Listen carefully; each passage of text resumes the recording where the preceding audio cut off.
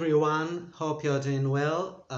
In this video we are going to see the future tense in Spanish, and if you watch the video till the end, I'll teach you another idiom with what we are going to see today.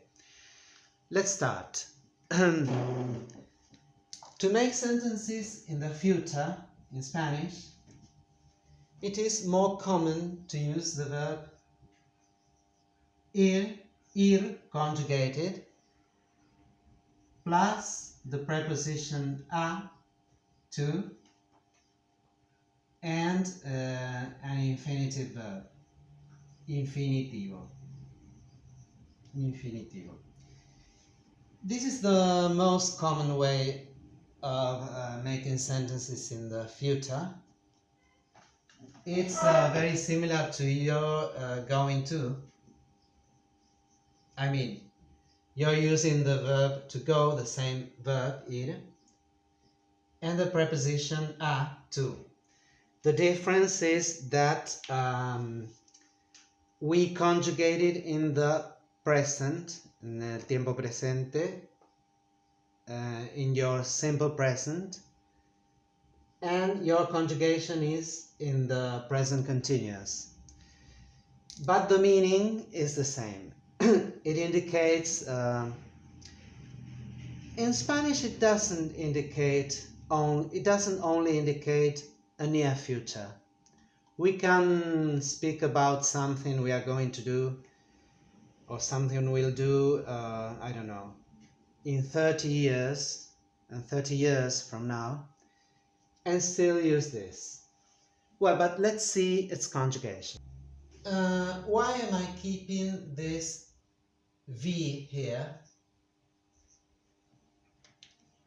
Because although we don't have this in the root, throughout the conjugation we do have the V for all pronouns. So it would be our new root, let's say. I mean, it's not the root, but for practical purposes, let's suppose that it's our new root in the present, only for the present. And the endings will be, I mean, this is an irregular ending, but it's the same as in soy, I am, doy, I give, estoy, I am, and I don't remember any other verb in Spanish with this ending, but we saw in these two verbs this ending. So there is a little group of verbs that keep this ending. It's something curious happens here, because its regularity is the same as for verbs ending in ar. I mean, this ends in ir, but verbs that end in ar take this regular form when they are regular. So this is a special verb. I repeat, it's very irregular. We can use some tips. It's very irregular. We can use the V as a practical new root for the verb. Its regularity in the endings is the same as for those verbs ending in ar, not in ir. If you take these tips into account, I guess it will be easier for you to remember the conjugation. Now let's see examples.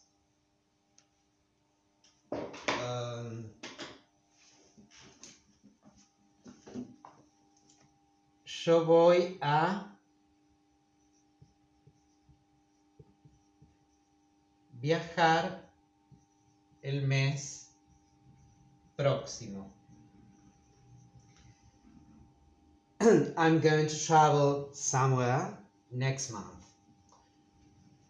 In Spanish, it's not necessary to put the destiny. We just put the action and it's okay. But in English you say, I'm going to travel somewhere next month. Tú vas a estudiar medicina. You're going to study medicine at the university. Él va a dejar su trabajo. He's going to quit his job. He's going to quit working as a waitress, waiter, let's suppose. As a waiter, let's suppose. Nosotros vamos a leer un cuento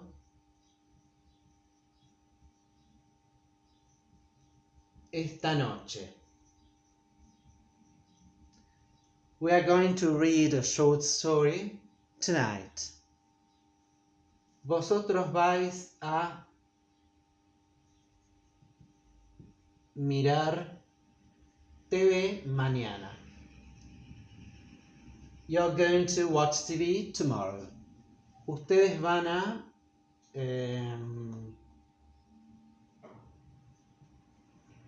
empezar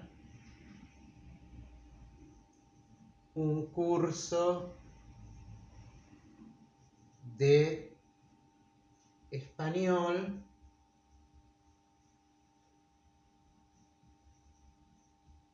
en enero. Sorry for this, but I'm running out of board. You're going to start a new Spanish course next January, or in January, meaning next January. And finally, ellos van a trabajar como traductores. They are going to work as translators. In this case, I always put examples similar to those of you're going to plus infinitive. But we can omit the infinitive and use the verb ir to indicate an action in the future. Let's see. We use the verb, just the verb to go, not this, without this, to indicate when we want to mean only this action. For example, yo voy a Texas mañana.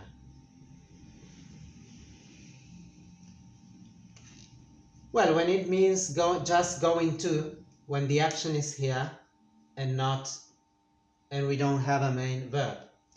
So to indicate direction, we use this in the present tense, but meaning a future action.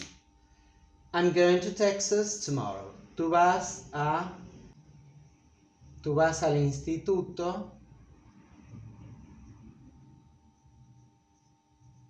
hoy a la noche. This is a very near future. You're going to the institute today's evening, or today in the evening. Él va a Brasil el próximo verano.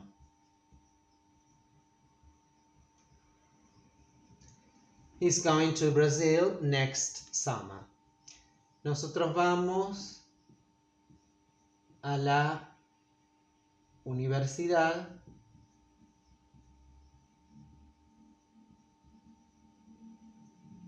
en 2 horas. We are going to the university in 2 hours. We are still at home, and then in 2 hours we are going to the university. Well, here let's use the preposition para, so as not to use because in Spanish, if you remember, the preposition para, one of its uses is to indicate direction, the same as the same as your to. In Spanish, we many times use this preposition to indicate direction. Vosotros vais para Escocia el mes que viene. This is very Spanish. It's the same as to say el mes próximo. Literally, it would be the coming month. You don't translate it literally. You just say next month. But we can say el mes próximo or el mes que viene. So you're going to Scotland next month. Ustedes van, and let's use another preposition to indicate direction in Spanish, hacia. Ustedes van hacia Roma en 2 semanas. You are going to Rome in 2 weeks. And finally, ellos van, let's see if I can use another preposition. Ellos van hacia para. Now, these are the 3 prepositions we indicate to use direction. Let's use para again. Ellos van para México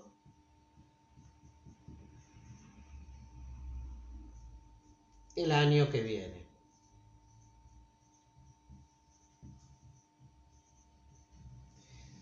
They are going to Mexico next year. Now let's see the future itself. Let's see this verb conjugated in the future tense, because in this case, this is the verb ir, to go, conjugated in the present tense to mean future, to mean a future action. I did it first because it's more common in Spanish to use this present tense to indicate future than to use our futuro simple or the future tense, the simple future in English. When we use when do we use the future tense in Spanish? Mainly in 2 cases. In Spain, it's more common to use this conjugation, this of the simple future, than in Latin America.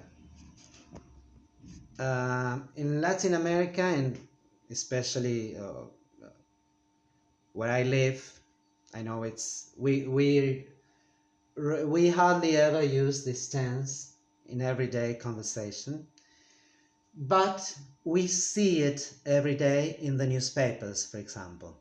So one of its uses is when it's a formal discourse. For example, on TV, in the newspaper, in a magazine, in articles written by journalists. That's one of the uses. And the other one, we'll see it later. Today, but later. In all Spanish-speaking countries, we also use it to indicate hesitation. but hold on, we'll see it at the end. In the future, the verb to go is regular. So let's write the root first. Well, as the verb ir, to go, in our future, in the Spanish future tense, is regular, I wrote the root for the pronouns, and we'll see the ending. The ending is regular, so I'll go, yo iré. Oh, this is a letter E. Yo iré. Tú irás. In Argentina, vos irás. The ending is the same. Él irá. Nosotros iremos. Vosotros, vosotras iráis. Ustedes irán. And ellos, ellas irán. So, in everyday conversation, we hardly ever use this to indicate an action in the future. But as I told you before, we can hear it on TV or read it in a newspaper, in a magazine, because it's considered more formal in Spanish. In Spanish, it's got to do with formal versus informal. The use in English is not that. But grammatically is what you do by putting the auxiliary verb will plus infinitive. So what changes is the use. It is more formal.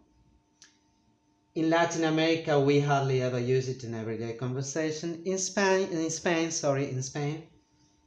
they use it more, even in informal situations. But in Latin America, we don't. But let's see examples of formal sentences that would be typical on TV programs when we watch the news or in the newspaper. Well, these two sentences are typical on a TV news program or in the newspaper. El presidente irá a dar una charla a la Universidad de Buenos Aires o a la UBA. This is the abbreviation of this. The president will speak at the University of Buenos Aires. Dar una charla, literally to give a chat, but you don't say like that, so he'll speak at the university. El próximo jueves, next Thursday. Another example, la Argentina no irá. Remember, we always, for the negative sentences, we always put the no just before the verb. La Argentina no irá al próximo encuentro del G20. Argentina won't go to the next G20 meeting. I've just invented it. We normally say Argentina, but in formal contexts, it's very common to put the article here, the feminine article, and say la Argentina.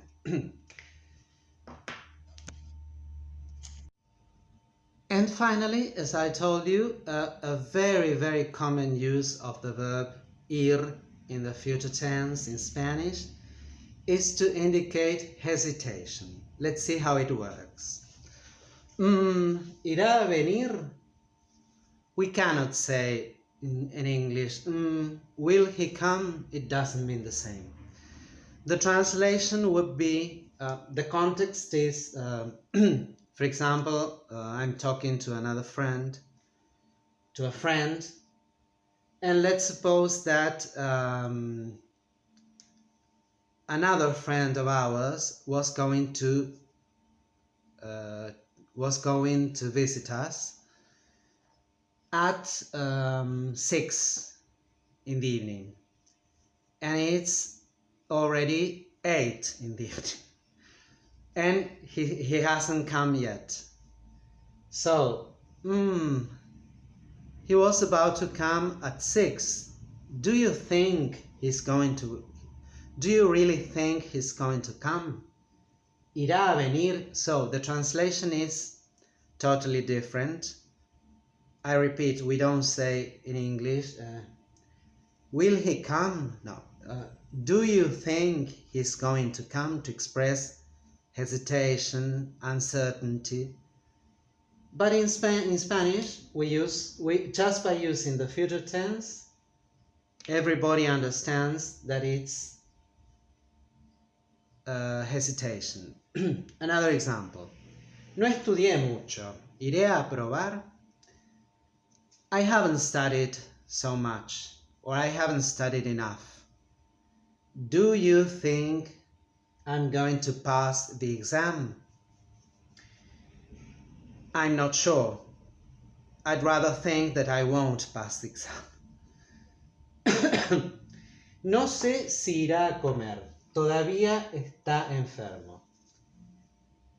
I don't know if he's going to eat dinner. He's still sick, or he's still feeling sick.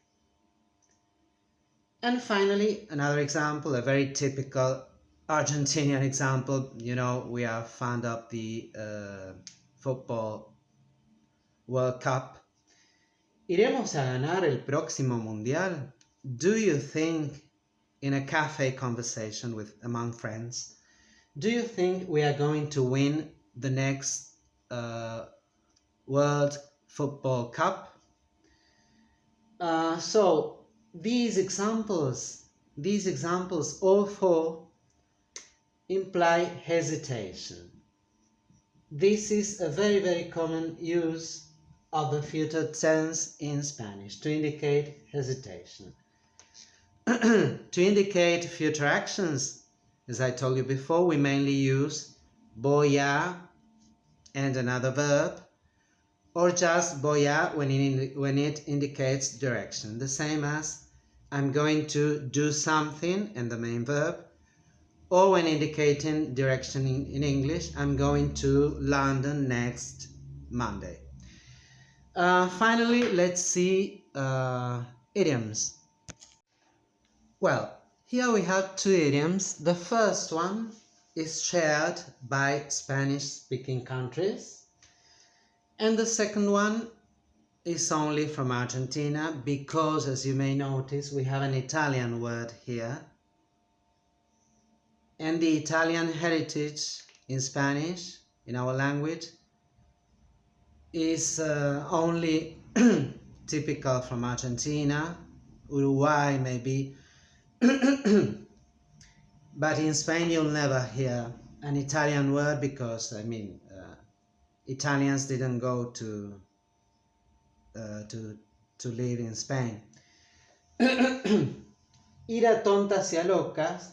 In both cases, I wrote the infinitive word for the verb, but of course we can conjugate it. Ir a tontas y a locas means to do everything in life without a specific plan, without having planned and organized all what is necessary to do something. So it means to do things just like French people say, à la sans façon, without any without plans, without organization at all. This means ir a tontas y a locas por la vida, to live without any organization. Ir con tutti Tutti, maybe you know, is the plural of tutto in Italian. That means todo, all. So tutti means todos. And it's an Argentinian idiom. It's not even an Italian idiom. Ir con tutti means, for example, oh, see that guy. For example, let's imagine that I'm driving my car and a friend of mine is sitting next to me in the car, and we see another man driving too fast. Hey, va con tutti ese loco. That crazy guy is driving too fast. He's going to crash against a wall, or he's going to kill someone. That's one of the meanings. It can have a positive meaning. For example, I'm going to start a new activity. Y voy con tutti.